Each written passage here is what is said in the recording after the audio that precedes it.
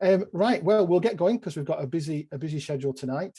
Well, welcome everybody, and thanks very much for coming along to our Whisky Masterclass. I'm Mark from the Court Member Participation Team, and I'm going to be managing the session, sorting out the technology and asking your questions and keeping us to time tonight.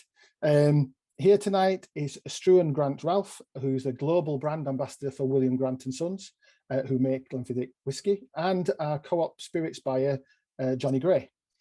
You'll also find a member of my team, Claire Cameron, on the chat, who's already said hello, and she'll keep popping up and chatting to you tonight as we go through the sessions together. So we're here tonight to learn a little bit more about the iconic Glenfiddich whiskey. We've got a packed hour ahead of us. So first up, we'll be exploring the story and history of Glenfiddich and talk about how it's made. Struan's also going to guide us through a tasting of these three whiskies, aged 12, 15 and 18. Please don't worry if you weren't one of the lucky members to nab one of the tasting kits. There'll be lots of people here who potentially haven't got a kit in front of them. You'll still be able to hear everything that Struan has to say about each of the whiskies and their members, and also what our members are saying about them too. In fact, I really would encourage everyone, please, to share their views in chat when they taste the whiskies as we go. I know it seems a little bit like rubbing salt in the wounds of those people who don't have it in front of them, but it's really great for you to share your ideas, and hopefully that's going to really help members decide on which particular whiskey they're going to love as they head up towards the festive season. Jonny will then pop up at the end of that session for just a couple of minutes to tell us more about what's available in co-op, and then we're going to move to a Q&A. We'll finish the event at 8 p.m. with a prize draw for a bottle of Glenfiddich 12-year-old. I promise you, it will be a little bit bigger than this one. And then you'll all be free to go. But remember, you need to be online throughout the session to be entered into the draw. For the Q&A, for those who've not been part of this before, the way it'll work is at any point, you can type your questions into the chat on Zoom, and I'll read them out on your behalf when we get to the Q&A. So you just keep popping them in all the way through when you're listening to Struan. Claire in my team is going to be picking those out and making sure that I can see them on my screen. And then when we get to the Q&A, I'll ask some of them. If you'd rather ask your question in person when we get to the Q&A, in Zoom, you can click on reactions, and then option is raise your hand. Now, that does appear in different places on your screen, depending on what device you're on. So if you do have any problems finding it, just drop a line into chat, and hopefully Claire might be able to do her best to help you find the right place for it. Once you raise your hand, I can then invite you to unmute yourself and ask your question in person in the Q&A section, but I'll explain that as we go. Just don't forget to pop your questions in the chat. Your questions can be about Glenfiddich, about whiskey in general, whatever you want. There are no silly questions either, so whatever level you're at, whether it's a whiskey connoisseur or just someone who enjoys the odd one, the experts should be able to help you with any questions you may have too. So please put them out there. I'm sure if you've got that question, there'll be another dozen people who've also got that same question for you. So now I'm going to hand over to Struan to start us off with the first part of the evening. Don't forget to pop your questions into the chat. Thanks very much, everybody, and over to Struan. Thank you. Yeah, good evening, everyone, and thank you, Mark, for kind words of introduction. And it's a pleasure to be joining everyone this evening. I think we're getting quite used to socializing on these big Zoom calls, and it can be quite enjoyable. Hopefully, this one is going to be informative, but also enjoyable for you all. And we'll be able to take you in just a moment around our distillery at Glenfiddich.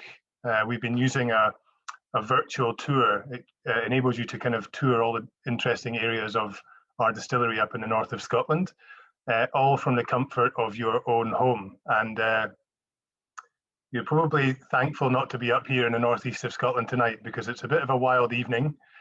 So feel pretty fortunate that you're tucked up at home. Hopefully you have a couple of drams. I know some of you do have Glenfiddich, but whatever whiskey that you're pouring tonight, please just enjoy a couple of whiskies, and you can listen to what we have in terms of our story at Glenfiddich. Yeah, my name is Struan, so that's a name that's probably going to be easier to pronounce the more whiskies that you drink tonight. Struan is a very Scottish name. which actually means running water in the Gaelic language. So I think my parents definitely had some forethought in terms of the career that I might go into. Yesterday's water is today's whiskey, as we say up here when it's raining. So I've been with Glenfiddich for a decade now, and fortunate enough to be the global ambassador for Glenfiddich, which is a very grand title for someone who no longer travels anywhere. We've been locked down now for, I suppose almost 2 years, and I live very close to the distillery up in Dufton, so I can see quite a few folk from around the country. It's really exciting to hear where everybody is joining from. I'm about 20 miles from Dufton in a small town called Forres, which some of you may have heard of Forres Mechanics. That's normally why people know my hometown. A very unusual football team that we have. They're also known as Forres Mechanics Nil for anyone who follows the football. So there's the introduction. We've got the virtual tour coming now. We'll spend about 25 minutes going around the distillery. And we'd really welcome some comments or questions from you all, and we'll have time to cover them afterwards. And I just put this logo on the wall, so if it falls off halfway through, can someone tell me, because my DIY skills are not that great. So if it comes crashing down halfway through, please, someone give me the heads up. Okay.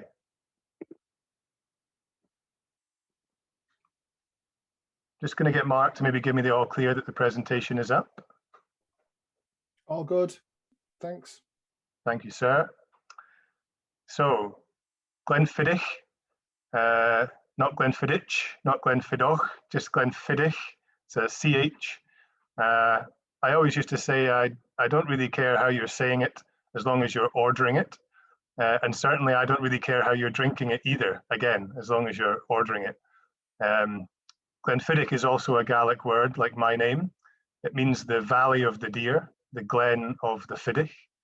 And you'll find a lot of distilleries in Scotland have these great old Gaelic names, which, when these distilleries are first built, they're not thinking in terms of 2021 and these brands being popular all the way around the world. They were just naming their distilleries with what was around in the area. So Glenfiddich is an area in the center of Speyside. Obviously, there's a lot of deer here, so we take our name, Glenfiddich. We are situated, as I mentioned, right in the heart of Speyside, and this is a representation of how our distillery looks. It's obviously a virtual representation. My house is about 20 miles over this hill here, and you have here like all the different parts of our production that are important to the flavors and the character that we can introduce to our single malt whiskey. So there are over 130 different distilleries in Scotland. All of them are producing a slightly subtly different aroma and flavor. I saw a few folk commenting on the whiskies that they're drinking, some Talisker, some other things. Every single distillery in Scotland has a provenance and a cultural history and a terroir that lends itself to the flavor that it's going to produce. So for us, we're right in the heart of Speyside. We produce this typically fruity, floral, nice influence from cask, and a whiskey that isn't going to, hopefully not going to blow your head off with smoky flavors or peaty flavors or anything like that. You're looking here at a spring day at our distillery. This was recorded in March. And this is really just to show you all the things that exist around our distillery which make it perfect for making whiskey. So obviously we start with the water. We have a water source at Glenfiddich, which is known as the Robbie Dhu Spring. I'm just going to turn down my volume here, so hopefully that audio is coming through okay. The water is going to be vitally important for making whiskey, and we have the River Spey to thank for that. And we also have this fantastic climate whereby we have snowfall in the winter, rainfall in the summer. There's a summer, I think they say in Scotland is, well, certainly in Speyside, it's about the best day of the year. And we then go straight back to heavy rain and snow. But you know what? It is great for making whiskey. You don't want to be making whiskey in humid conditions or warm conditions. And so Speyside is just like a wonderful place for making whiskey. By all means, you can make single malt whiskey now anywhere in the world. America, you can make whiskey in Japan, Australia. They even make whiskey in England. Nobody drinks it, obviously, but it's definitely, sorry, Johnny, I said. No, there are some great, there's great whiskies coming from all over our country, and certainly the Scots would maybe claim to have brought whiskey to the world, but by no means do we have that monopoly on it being at the best. I'm sure you all know where Scotland is. That's more for an international audience. And there's Glenfiddich there, right up in the northeast, the town of Dufton. The country is really divided into these wonderful like whiskey producing regions, which you can see here. So if you're getting into, for example, Speyside whiskey and you like Glenfiddich, then there's a good chance that the distilleries which are around us, Balvenie, Glenlivet, Macallan, Aberlour, you maybe will have a palate that is suited to these floral, fruity, nice, robust whiskies, which typically aren't too smoky. You then have an area of Scotland known as the Lowlands down there around Glasgow and Edinburgh.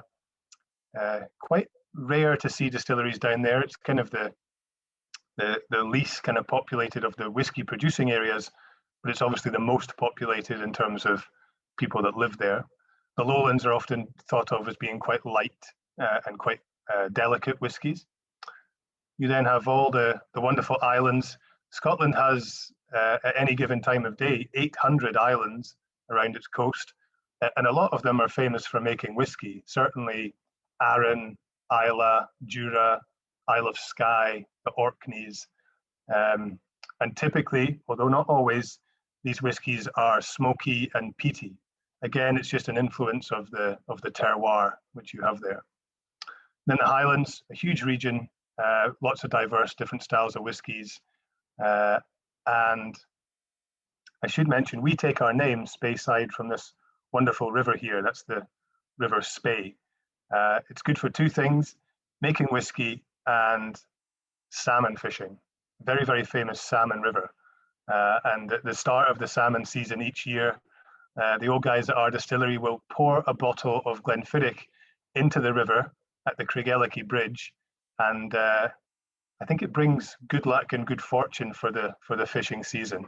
I think it also makes the fish slightly easier to catch on the day, and probably nicer to eat as well. We have a long history at Glenfiddich. So this is our distillery before it was built. This is the Valley of the Deer, going back into the 1880s. And you can see here many of the reasons why William Grant, our founder, would have chosen to build his distillery here. You have the natural slope of the glen, the valley sloping down there. You have a fertile region, obviously, for barley, and you have a great water source as well coming off the side of the hill. It's now looking slightly different. The railway line still goes through the middle here, but we have a distillery and 47 warehouses full of whiskey up here in Dufton. This is the very early days of Glenfiddich. And actually, William Grant, our founder, his wife Elizabeth, they had 7 sons and 2 daughters, which back in the 1880s is some size of a family. I don't think they saw it as a challenge in terms of mouths to feed.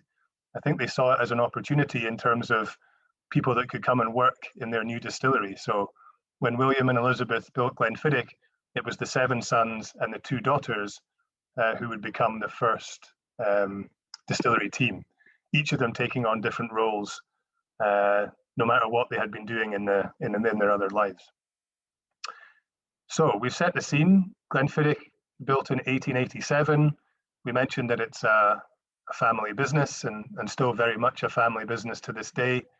William Grant founded it. He handed it over to his 7 sons and 2 daughters.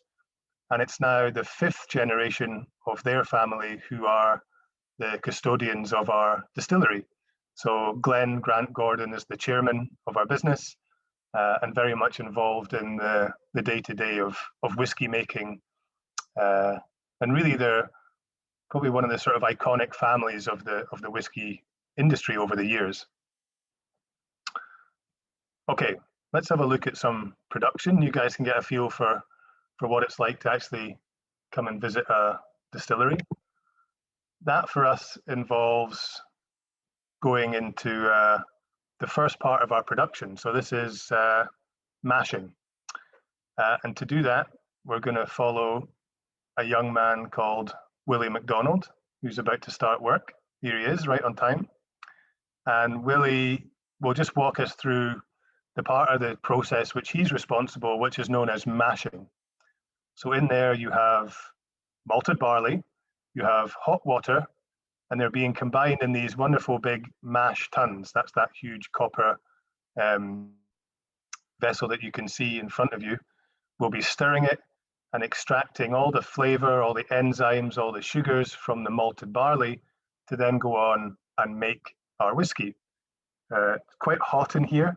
The smell is very, very sweet. We're actually breaking down starch, which is in the barley, into its component sugars, and it's those that we're going to use to then go on and ferment and distill. And it's actually a really kind of nice, dynamic kind of area of the distillery. It's a nice place to be in the winter because it's very, very warm in there. It's hot water that we use. We'll just follow Willie through. What we've done now is we've created, not whiskey, but we've created wort, kind of not a very nice name for something that's actually very delicious. It's a sugary water, which we're going to go through and we're going to ferment.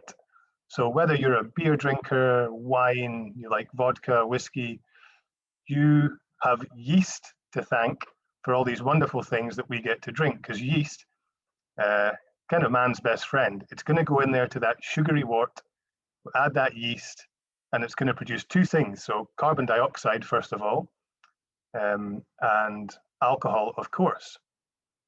So this is why Willie's actually walking around the roof. That's the top of this building. And those washbacks, those really big, large fermenters, they stretch about 50 feet down to the ground below where he is. So a bit of CO2, lots of flavor created at this point. So if you are sipping Glenfiddich at this point, have a real think about the flavors that are first coming to you on the nose. For me, Glenfiddich always has this kind of wonderful aroma of pear and apple. We'll just take you through some of the process there in the diagram. So if ever you get a whiskey put in front of you that's really kind of giving you orchard fruits and a soft kind of like, especially these kind of like apple blossom and pear flavors, there's a good chance that you have a Glenfiddich in front of you. The other flavors that we're definitely going to get from this stage of the process is going to be this wonderful sweetness that's produced. I always like to take people, so at the back of this room here, we actually vent all the carbon dioxide. We can trap some of that carbon dioxide and use it for other purposes, just trying to be sustainable. But it's also an area where you can get this wonderful flavor from our whiskey. So I take people out the back of the distillery to smell the vents. Pretty unusual part of the tour, albeit you're standing in the car park.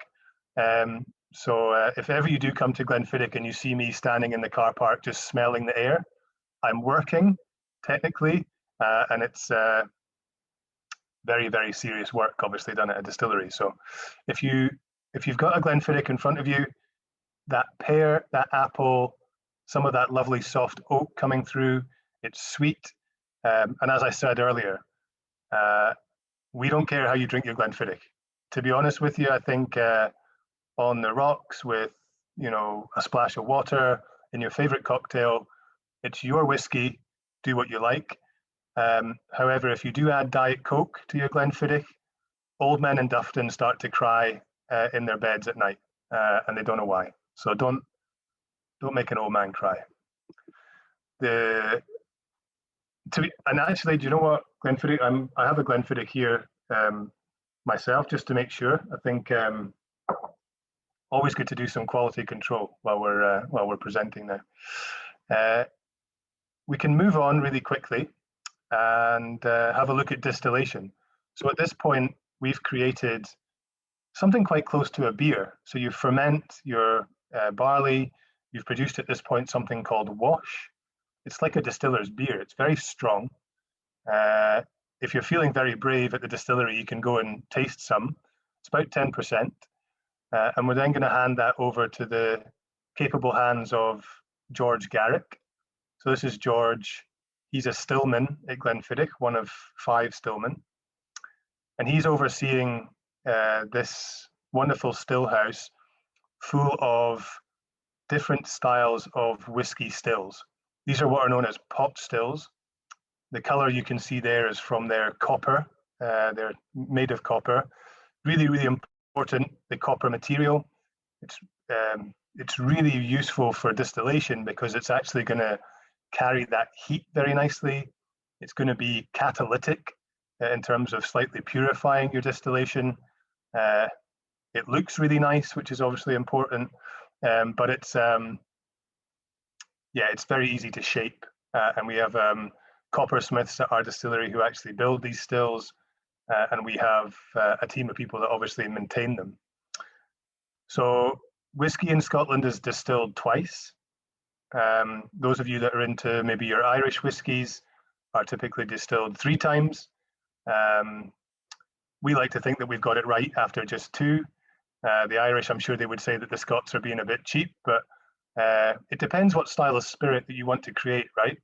So at Glenfiddich, we distill it twice because we still want quite a lot of that character from the barley and from that wash to come through, that cereal note. The more you distill, the more you're going towards a kind of neutral flavor, and the more you're going towards something that is just like a pure alcohol without any of the flavor.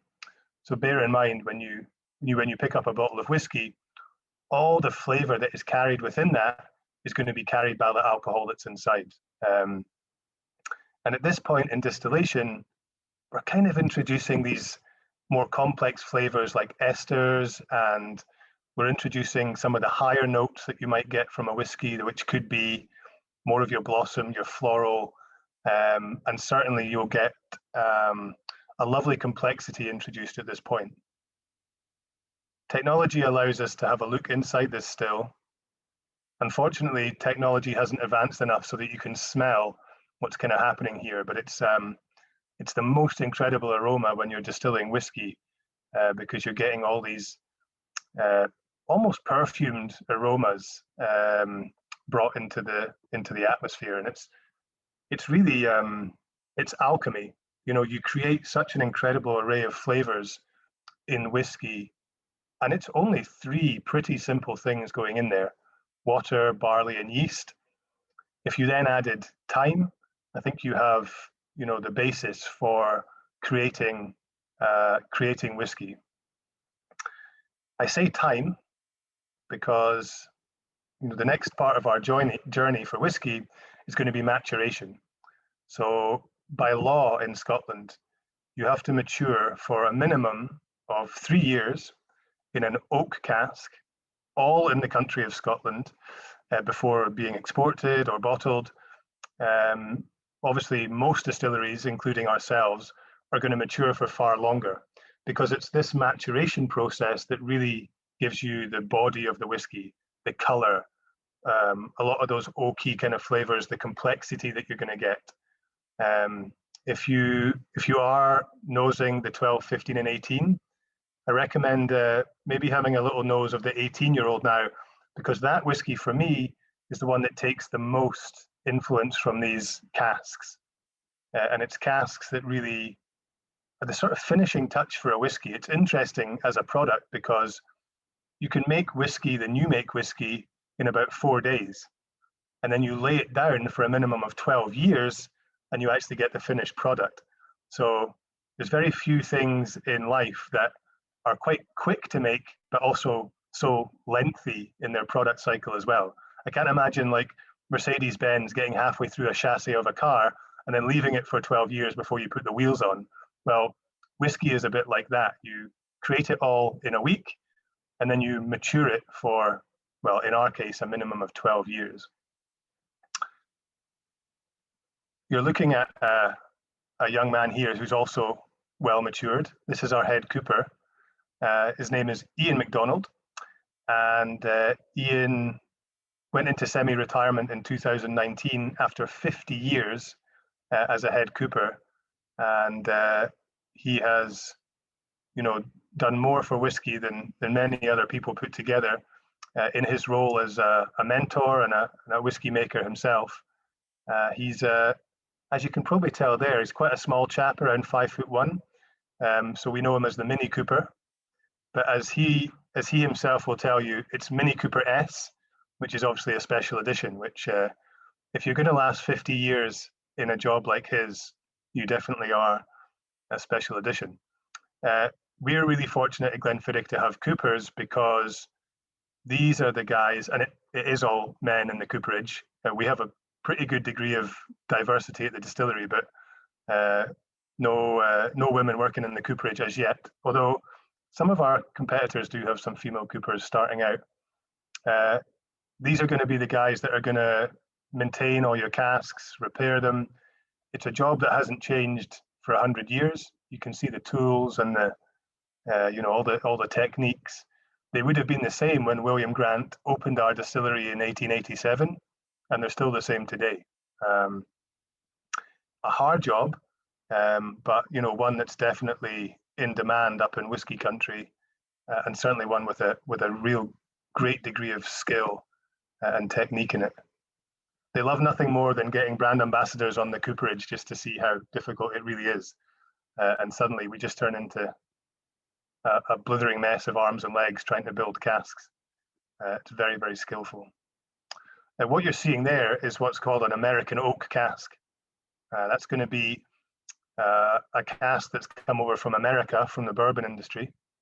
And we're going to be using those casks extensively. So if you ever put a whiskey to your nose, and almost every single whiskey coming from Scotland is going to have a little bit of vanilla and brown sugar and oak. In fact, if anyone asks you tomorrow, hey, you were at a Whisky Masterclass last night, you were learning about Glenfiddich, what did you learn?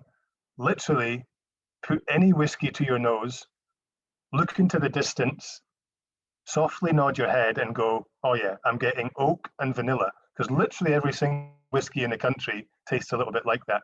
And you're going to look like an expert, which is the most important thing. I pretty much made a career out of it. That oak and vanilla is just obviously coming from these lovely casks that come from the American whiskey industry, and this wonderful law they have in America where they only use their casks once, and then the casks very often come to Scotland. They go to winemakers, they go to tequila. A lot of them come to our country and are used for whiskey.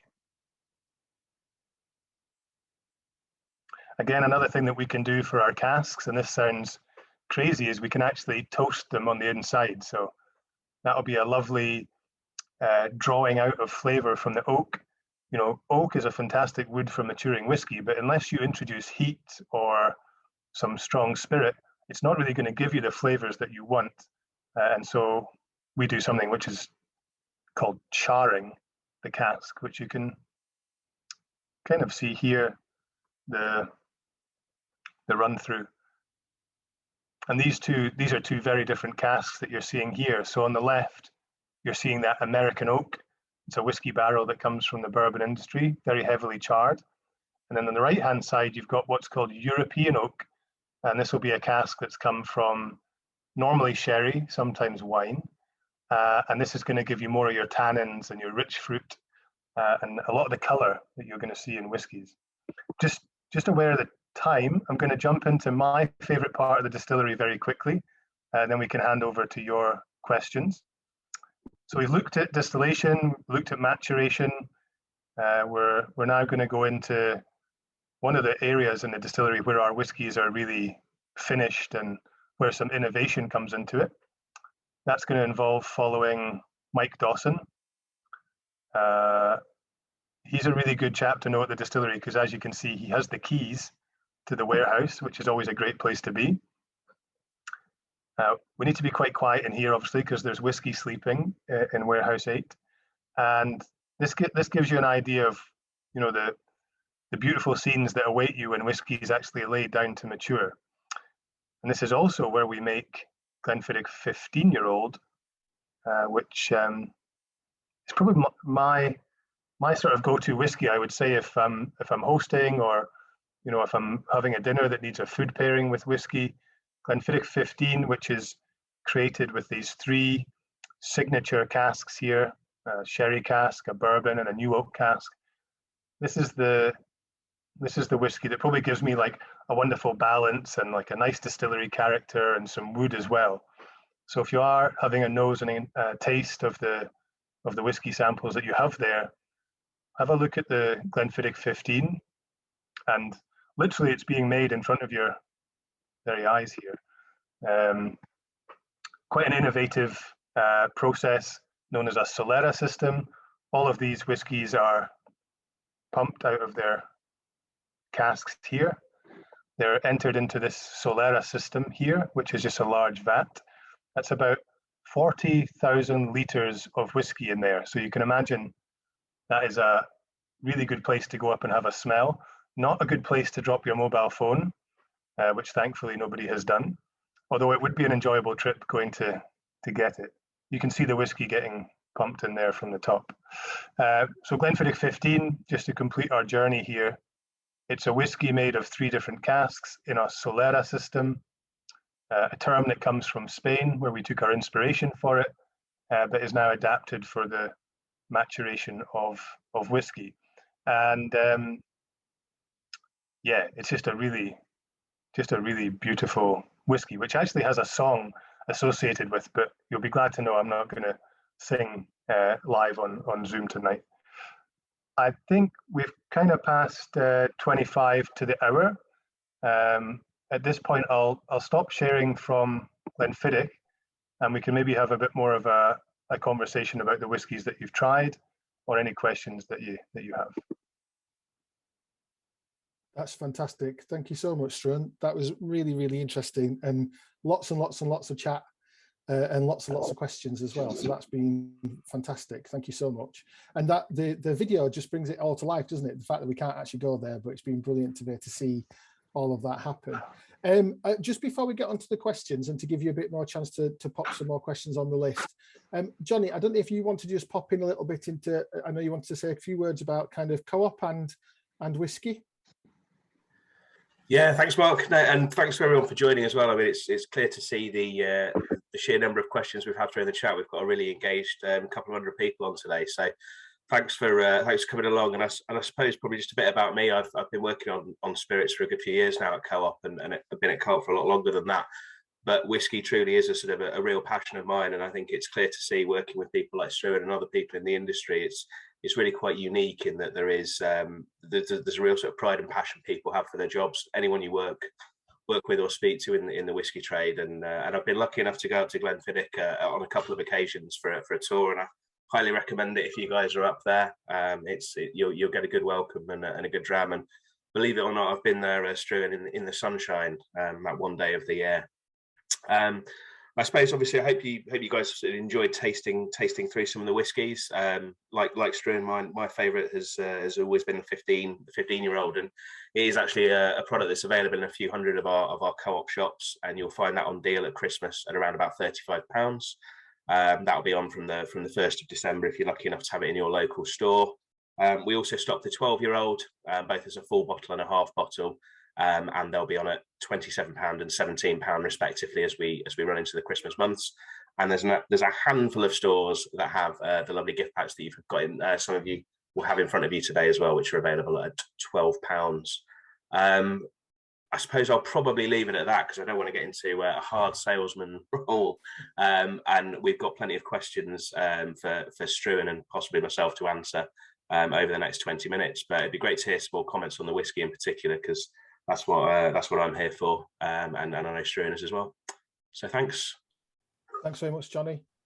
Great stuff. And yeah, just to echo Jonny's point as well, I can see lots of people commenting on what they think of each of the flavors and what's going through. So please keep sharing those, because for all those people who aren't lucky enough to be tasting these particular whiskies tonight, it'd be great for them to hear what you're getting out of them. Hopefully that will help us in the future. So onto some questions, if you're okay with that, Struan. Let's have a quick look at this one. So I'm just picking some out so we can have a quick look. So first question is, what is it about whiskey that goes so brilliantly with ginger? Yeah. Do you know what? Ginger is probably like the only healthy thing that whiskey actually goes well with, because whiskey is great with like chocolate, cheese, steak, cigars, ice cream. Like whiskey never paired well with a salad, put it that way. But I think it's like the fiery, like the botanical nature, like a whiskey ginger. I think it really elevates some of the complexity that's in there. Yeah, for me, if I'm like maybe hosting or going to a dinner party and everyone's having like gin and tonics or white wine, I would probably have a whiskey with either soda or ginger beer. I think it's just a really nice pre-dinner, you know, with a squeeze of lime or maybe just some lemon. It gets you that flavor and that kind of like lovely whiskey like warmth, but it's quite refreshing and it's quite sessionable, which I'll say that quite diplomatically, as in you can have quite a few of them and still make dinner, right? Thanks very much for that. John's Galaxy A50 has asked, what's behind the distinctive shape of the bottle? Oh, nice. Yeah, I love it. So in the 1950s, we're about to launch single malt Glenfiddich for the first time. And the members of the Grant family at that point were called Charlie and Sandy.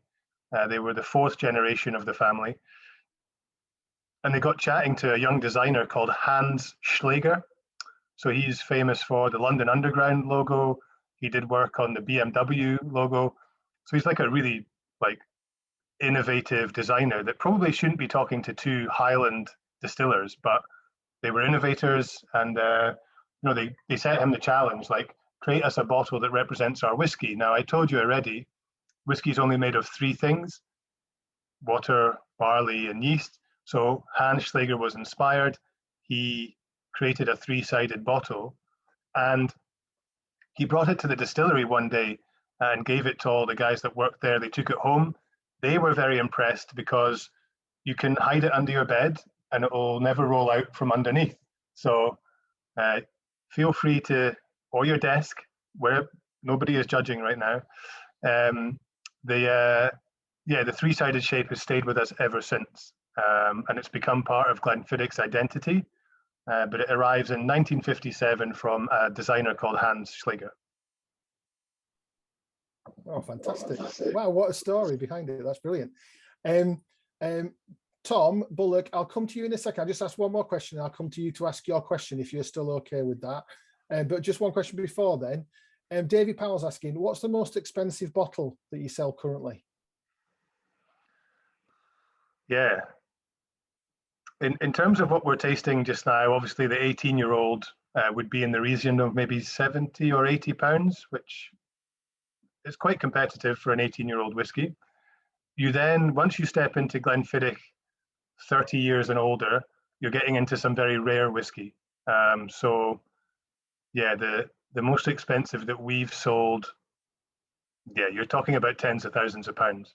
And it's maybe a whiskey that's 60 or 70 years old. We sold a 63-year-old Glenfiddich from the 1930s at auction for, yeah, mega bucks. But you know, the great thing about whiskey is I've tried that whiskey and you get the exact same enjoyment with the 15, the 18. Like, I tried it by accident. So there you go. That's it. And David looks like he's going to have to save up a little while before he might look for a more expensive one. Tom, I'm just going to ask you to unmute and then you can ask your question. Hi, thank you. Thank you, Struan. That was really, really enjoyable tour. with regard to the 15-year-old Glenfiddich, the Solera Reserve, why did Glenfiddich use the Solera vat method other than another method, and how long has that been in use? Yeah, it's a great question, Tom. Thanks. It's since 1997. We basically in the 90s have, this one iconic green bottle, which people are drinking all the way around the world. We don't have a 15, we don't have an 18, and we're looking to sort of build out the range of whiskies which we're going to offer our customers. And one of the challenges for Glenfiddich was to show people that we can do rich and robust whiskies more so than the 12-year-old. So our malt master at the time is David Stewart. He's now a malt master at Balvenie. David Stewart MBE. Many bottles emptied, I think it stands for, thanks to the Queen. And he took inspiration from our suppliers, actually. We import a lot of casks from sherry bodegas in Spain. They use a solera system just to get that nice, consistent maturation on their casks, and to do it in a gradual way. And obviously, we've taken inspiration from it. It's not an exact solera, right? It's not going to recreate the bodegas of Jerez, but we've adapted it, and it's consistent. We filled that solera vat in 1998, and it's never been emptied since. So you will see some other solera systems in Scottish whisky. They're all newer than ours. Ours was the first. And it means that if you are enjoying that 15-year-old, and I see a lot of people on the chat are, it's because it's got that depth and complexity of, what is that, 23 years in that vat. So there's a lot to be said for it. If you ask, the folk at the distillery, it's not an easy thing to do, right? It takes a lot of time, takes a lot of effort. It adds on about 6 months to your product cycle. But the proof is in the pudding. And Glenfiddich 15 got this house through lockdown, so it's. I think it's a great whiskey. Bang for buck, it's one of the best whiskies in the world. Fantastic. Thanks, Struan. Thanks, Tom. Next question then is from, just lost it. From Lydia. How much of the flavour comes from the ingredients and how much from the cask it's matured in? It's a lovely question. We would say around about 70% cask character and 30% distillery character. And good whiskies are a very good balance of both of those things. So you have 30%, which is made up of the water source, the barley, the way you produce, your techniques, your distillation cut points. And then you've got 70% purely maturation, cask finishing, length of time, type of wood. Yeah, and then actually in whiskies that are older, it's probably as much as 90%. So if you taste a whiskey that's 50 years old, half a century in wood has meant that most of that flavor is dominated by cask maturation. But in the whiskies we're tasting, I would say it's 30% the distillery character, the process, and 70% comes from maturation, which makes the cooper's job, the warehouseman, that's really, really important for whiskey makers. Fantastic, thank you. Carrying on the questions around the site, how hot is the water in the first ton, please? That's from Janet. Great question, Janet. So there's 3 waters. The first water is what's called a striking temperature to extract and break down the starch. That's going to be 63 degrees centigrade. You then have a second water. Imagine that like you're making a really nice cup of tea and you've just poured hot water through the tea bag. That's like the second water, 75 degrees centigrade. And then you have a third water, which is also sometimes known as a sparge, and that's going to be 83 degrees centigrade. So it's the reason that when you go into that mash room, it's really, really warm. Distilleries, when you walk through them, are very like, it's almost like a sensory journey in itself. It's very warm in there, it smells really sweet. Then you go into fermentation, it's really cold because yeast doesn't like it when it's too hot. And then you get warm again in distillation. So we actually fuel our distillery purely on the byproducts of that barley as well. So we take it to our anaerobic digester and we produce natural gas to fuel our distillery and our trucks and our ambassadors. So. Thanks, Struan. Actually, a question that's related to that was about ingredients for the whiskey. Are they kind of locally sourced generally? Yeah, what we would say is we've sourced from local maltsters, and local maltsters would be sourcing from all over Scotland. At the size that Glenfiddich's at, it would be impossible to be growing your own barley. It would be a very big field, put it that way. I saw a few questions just saying, do we malt our own barley? No, we don't. Do we grow our own barley? No, we don't. I think when you're the size of Glenfiddich, it's important to be quite transparent. We order our malt to specifications from maltsters, which we have great relationships with. It either comes from Inverness or it comes from just outside Buckie, Port Knocky. So it's not coming from far, but you know, we'd be lying if we said we were growing our own barley at Glenfiddich. For context, we use just over 90 tons of barley in a day. So there you go. Amazing. Thank you very much, Struan. Some distilleries would use that in a year. Wow, it's hard to imagine the scale, isn't it? On a more drinkable note, then, what mixers do you recommend if you want a long drink? I really love just packing a glass with ice and soda and a wedge of lemon for a 12-year-old, just a classic highball. 15-year-old, I think, has been covered with the ginger, either ginger ale or ginger beer. And again, that would be with lime. And then 18-year-old, actually, it's just nice with water. What the Japanese would call a mizuwara. It just means mixed with water. I think there's probably enough flavor in 18-year-old that you don't really want to be mixing it too much. And that would just be, for me, that would just be like nice big ice cubes, some water, and stir it so it's a longer drink. You know, I'm typically not a huge beer drinker. I like to get my flavor from a mixed drink with whiskey, and a classic highball, just whiskey and soda is delicious. Brilliant, thank you. Sorry, Struan, it's kind of like just firing questions at you, but we've got quite a lot to go through, so I hope that's okay.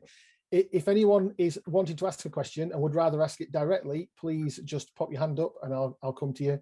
Similarly, if anybody wants to just give a bit of some tasting notes, so maybe you've tried one and you want to kind of share what you're tasting, then again, feel free to put your hand up and I'll come back to you.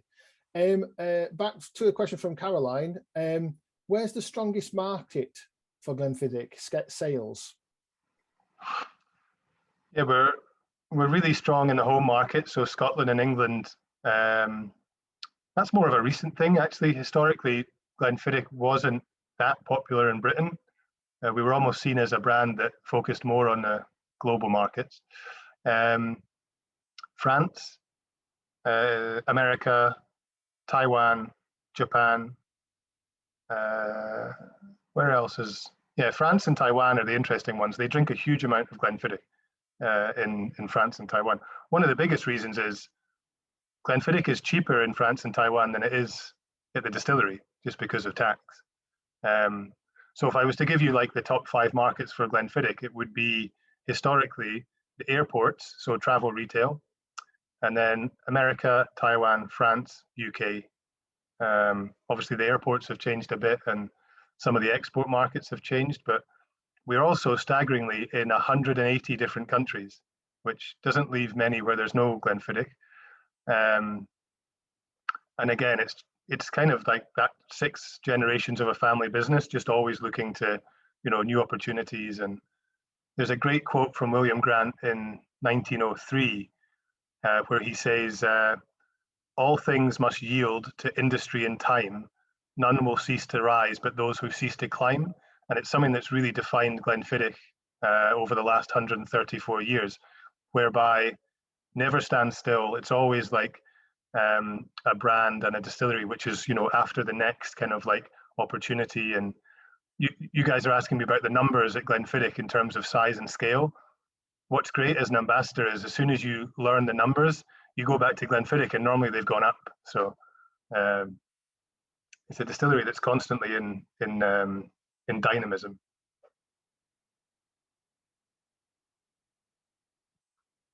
That's great stuff. Thank you for that. Alan, I'm just going to ask you to unmute if you'd like to ask your question. Thanks very much. Thank you for the talk. It's been really informative. A quick question about the alcohol percentage. With the whiskies obviously spending longer in different barrels, how do you make the alcohol percentage exactly the same in all 3 years of barrels? Yeah, so it's a great question as well, and the honest answer is you don't. It's where the sort of whiskey makers come in. We have a really interesting team of people called whiskey stocks, and so with their responsibilities to monitor where all our different casks and all our different, even just our products are going. They would anticipate demand 10, 20 years into the future, and they would also be testing and tasting ongoing maturation. So an American oak cask, for example, might be maturing very quickly and lose a lot of strength. A European oak cask, they tend to hold on to their strength a little bit more. What would happen is when we go to bottle that, we would use our Robbie Dew water, our own spring water, to bring it to a consistent level, and then we bottle, in the case of these whiskies, at 40%. And actually you can find that one thing, we fill all the casks at 63.5%. That's a standard almost across the entire industry. That means a couple of things. You can trade between distilleries. It also means that you can always monitor how active a cask is. So we were talking about that 1937 cask. It was almost below 40% when it was finally bottled, because the angels share that natural loss, evaporation, the unnatural loss from Mike Dawson and his crew, maybe having a wee sip there now and again. Yeah, but maturation is complete alchemy. You don't know when you lay down a whiskey and come back 12 years later, maybe it's getting apples and pears and fruit and floral. Maybe it's completely different and you're going to take it on a different journey. So whiskey is quite scientific at the start of its production, and then it's a little bit more artistic towards the end of it. Fantastic, thanks, Struan. Actually, Jonny, I've got one for you, if that's all right. How do co-ops select which whiskies to stock, especially in the smaller stores where shelf space is very limited? That's a good question, and yeah, it is a very limited amount of space we've got to play with compared to some of the bigger retailers. So we've got to make sure the decisions we're making as a buying team are the right ones, largely speaking. There's no sort of real easy answer. It will vary from store to store. As Struan sort of alluded to in an earlier question, sales of whiskey in Scotland are much higher than they are in the rest of the UK. So if you go into a Scottish co-op, you're much more likely to find a wider selection of whiskey, because that's where the demand ultimately lies. And I suppose probably digging into the question specific to whiskey itself, we'll be looking at making sure we've got as much variety as possible on our shelves, so that we cover off those regions that Struan talked about. So the Speysides, Highlands, Lowlands in some stores, and then our island stores, island whiskies as well. So we try and make sure we cover off as much of that as possible before we start looking at different size packs for people and additional brands as well. Thanks very much, Jonny. Ganesh at ABC. Sorry, you've had your hand up. I'm going to ask you to unmute now so you can ask your question. Yes, it's not ABC, it's actually ABZ, which is the airport code for Aberdeen. So first of all, thanks for a very informative presentation. Enjoyed it thoroughly. A couple of kind of very similar questions. One is, there used to be a Glenfiddich Rich Oak many years ago, and I've still got half a bottle somewhere in one of the cupboards at home. I don't see that anywhere at all. And then on a recent trip to America, which was a couple of years ago, I found at the local Costco a 14-year-old Glenfiddich in a presentation box with a bourbon cask. Now, these are some of the whiskies that you don't find in the UK. Is there a reason for that? So that's first part of the question.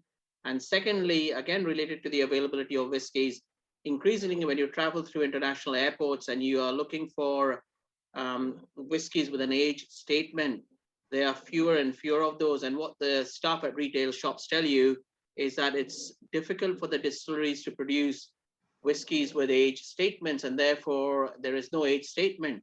There's a green color bottle and they say it's like a 12-year-old. There's a brown colored bottle and they say, well, that's a bit like a 15-year-old, but they can't say with any certainty. Can you maybe provide some background into what's happening there? Thanks. Yes. So Rich Oak, I loved Rich Oak as well. So I feel your frustration there, because it was discontinued, I think, in 2017. The unfortunate thing was not enough people loved Rich Oak. So that was kind of pure and simple. It didn't actually do that well. The 14-year-old that you saw, excuse me, in America was a US exclusive. So it's a bourbon barrel Glenfiddich. I was actually part of the team that helped to create that and launch that in America. And it was purely seen as, we have a 12-year-old, we have a 15-year-old. The US market wanted something in between, priced around $60. So we gave them a 14-year-old finished in bourbon. It's now slowly being introduced to different markets. It's in Canada, it's in Israel because it's kosher, it's in France, and it may or may not sometime come to the UK. You'll also find, if you go to other markets in the world, they have exclusive Glenfiddichs that maybe the market can support. In terms of the travel retail ranges, yeah, we actually have an abundance of whiskey. The thing with travel retail is you need to differentiate what you sell domestically with what you sell in the airport. Otherwise, the customers on either side feel the frustration, because travel retail whiskeys are always going to be cheaper. You don't pay duty. So for whiskey makers, or certainly for us, it's our chance to be more experimental.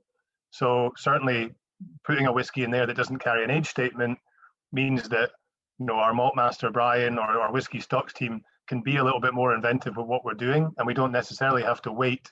Okay, here's 15 years. Now it's going to be a product. Maybe the whiskey going in there is older, younger. Just depends. And I know, like, a lot of sales staff in the travel retail will say, hey, it's a bit like 12-year-old. In many cases, I don't know if that's a useful thing to add for people. What I would say is, travel retail, airport customers, they need something that's different from the domestic offering so that they can differentiate. So they kind of have the distilleries a little bit held to account, where you have to offer something new. That may change because there hasn't been a lot of travel and there hasn't been a lot of retail. So airport travel retail may be changing soon, I don't know, but certainly historically they've been very powerful customers, so they have a lot of decision making. That's great. Thank you very much, Struan. So we've got a fair few questions left over, but I am conscious of time, and we also said that we would do the draw, and I can't not do the draw at the time that we said we were going to do it. So Claire, who's been on the chat all evening, kind of commenting and passing people in the right direction and getting all of your questions, has done the prize draw winner. And the prize draw winner for tonight, who will receive the bottle of Glenfiddich, and we will contact you to make sure we get that to you before Christmas, is Maureen McGlashan. Maureen McGlashan. So congratulations, Maureen. You're the one taking the big bottle, thankfully, and we'll be able to pick that up later. So yeah, no need to stay on or anything like that, Maureen. We've got all your details. We'll contact you directly, and then we can get in touch. Okay. So I'm going to call an end to the session now, although Jonny has offered to stay on for a little bit longer, for another 5 or 10 minutes, to answer any of the few extra questions if anybody wants to hang around. Struan, you'd be very welcome, but I realise we've kind of got you at the very last minute today. So I don't want to kind of force you to stay for any length of time. But if anyone wants to stick around, we'll probably carry on for about another 10 minutes just to answer a couple more questions. But what I will do is in advance of people starting to leave, is a huge thank you to Struan for that brilliant presentation and for answering all the questions, because it was just absolutely amazing and really, really fascinating. And I know members in the chat have been blown away by the opportunity, as well as the opportunity to drink the whiskey. It did make me laugh. Quite a few of the comments in there made me laugh about our brand new whiskey drinkers who had just been sampling for the first time. So it's really great. We're bringing at least some people into the family at that point. So it leaves me to say thank you very much, everybody. I'm going to kind of close the event now, but we'll stay on for a little bit longer and answer any questions. Jonny will answer a couple more questions. But thank you very much, everybody, for your time tonight. Thanks, Struan. I almost kind of said have a safe journey home. You are already there, I hope. But enjoy the rest of your whiskey if you can. And we look forward to seeing you again at another future event. Thanks very much, everybody. Good night. Right, okay. So people can get going, and we've got a couple more questions. Are you okay, Struan, just to stay for for 10 more minutes? Is that all right? Have you? You know what? The whiskey's only getting older here, so I'm quite happy to. Right, cool. Let's have a quick look then. We'll try and pull some more out. Ian Way was asking, getting hold of raw materials at the moment is a nightmare. How do you secure supply going forward? And are you impacted by any of the difficulties that are happening at the moment? Yeah, it's thankfully not really my side of the business, but I know everyone in production has really felt the pinch. Everything from glass, cork, you know, gas, power, like on the logistics level, just in terms of getting our trucks on the road. We have made huge progress in making the whole whiskey making process more sustainable and a closed system internally. But we're obviously still at the mercy of a lot of different suppliers who are also feeling the pinch, right? So on the ambassador, on the marketing level, you know, we're trying to find kind of solutions that are going to help our colleagues that work in actual whiskey making. But yeah, we're not immune to it. And certainly, I suppose on one level, it's maybe really accelerated or sped up that process of making everything we do more sustainable. So silver lining. That's great stuff. Thanks, Struan. Jonny, before Stefan leaves, he just wants to check in. I think we've missed it about, he was asking when the 12-year-old was on offer at the Corp at £27. No problem. Yeah, that'll be on offer from the 1st of December for the 70 CL. Will be on at £20. Currently, we've got the 35 CL, so the half bottle is on at £15, and then the 15-year-old will be £35 throughout December and through Hogmanay as well. Brilliant. Thanks, Jonny. Struan, back to you. David Foy was asking, when do casks become too old to impart any discernible flavours? Yeah, it's another great question because, you know, they are finite. You will get like a good 40 years maybe from a cask, but after that, you know, the whiskey makers would maybe call them exhausted or depleted, at which point you're not going to get that colour. You're not really going to get much influence from oak. So realistically, it's sort of 40 years in the product cycle. We really benefit from this law in America, whereby they send us new oak or bourbon casks. It's actually a law that comes out of Prohibition when the Coopers Union was very, very powerful. And obviously all these Coopers had just spent Prohibition out of a job. So they lobbied Parliament America when they came back into their jobs and said, okay, you need to pass this law whereby casks can only be used once for bourbon. And if you're a Cooper, that means, you know, your job has kind of been guaranteed for decades to come. And if you're a Scottish whiskey maker, it means there's an abundance of these wonderful bourbon casks. And we'll get, 40, 50 years. Sometimes a cask will really stand out and it might reach 60 or 70, but that's by all means a bit of a unicorn, to be honest with you.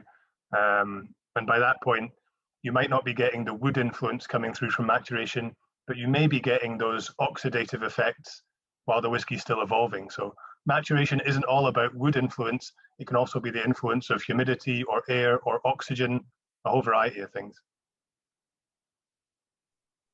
That's great. Thanks, Struan.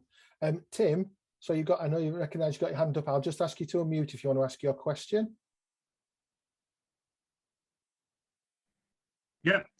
Thanks for an excellent talk. The question relates to the same distinctive triangular bottle offered by Grant's. Of course, Grant's and St James also do blended whiskies, 12 years. My dad used to always have that as a really favourite. Is that a blended from Glenfiddich? Because obviously there's some link because of the bottle shape and the name. What's the connection between the two organisations, I guess, is what I'm coming to. Yeah, my father did the exact same thing. In fact, he normally drinks mine. So Grant's is the family blend, and Glenfiddich is the family malt. And Grant's is born out of a period in the early 1909, when Glenfiddich and Balvenie and a few other things are blended together to become Grant's Family Reserve. And we share, actually, to be honest with you, Grant's had the triangular bottle, I think, a year before Glenfiddich. And certainly I know my colleagues from Grant's will be sure to check me out on the data. But I'm pretty sure in 1956 Grant's had a triangular bottle, and then Glenfiddich have it. But I'm not going to let facts get in the way of the story I have for that. Fantastic, thank you. Heather asking, can you get a bad batch of whiskey? Is that actually a thing? Very, very rarely to the consumer. I think Jonny will testify to that. Like, we have very strict quality controls on what's going to the consumer. But, you know, everything that goes into whiskey is living, breathing, live. So yeast and wood and barley, all these things. I suppose everything that's done at the distillery is to avoid that happening. So we have really kind of exact standards for what's going to go into the cask and into the bottle. One of the ways that we avoid getting a bad batch is we have a nosing panel, which is everything from the master blender, the owner, through to people that work on the bottling line, to waitresses in the restaurant who can go in each day and have a nose of all the things that we're making. It's known as a nosing panel. You basically have to pass a couple of tests to make sure that you have the right sort of palate to do it. And we also have a dog named Rocco, who's a trained sniffer dog. He was in the press quite heavily about maybe 2-3 months ago. Our master blender, Brian, hired a working cocker to sniff out casks and impurities in casks. So he's doing very good. He's on track to get his bonus this year, which is great. He will go and nose maybe 70 casks at a time and can sniff out impurities. And his, I think there's some great stories about the lineage this dog comes from, sniffer dogs from the police, Merseyside police. And yeah, there's some great stories about the criminals that his brothers and sisters have busted. But this guy's up in Scotland now sniffing out whiskey. I know which one I prefer. That's it sounds much nicer being up in the Highlands smelling whiskey. Anna, I'll just ask you to unmute, but I think I'll probably have to make this the last question, if that's all right. Anna?